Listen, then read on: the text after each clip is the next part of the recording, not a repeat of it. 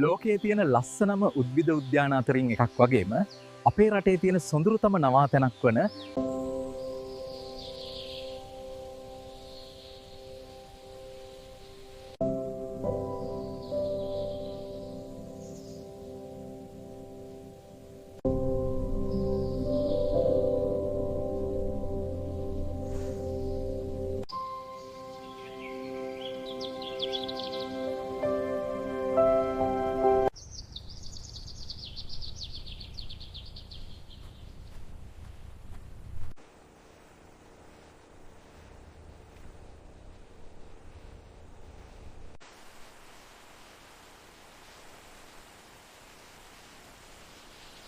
මහවැලිගගේ සිසිලස එක්ක බඩනු මේ නිහඬ බව පුදුම සහනයක් ගෙනවා. දැවැන්තෝන පඩුරු අතරින් හමා එන හුල මුළු ගතම නිවෙනවා.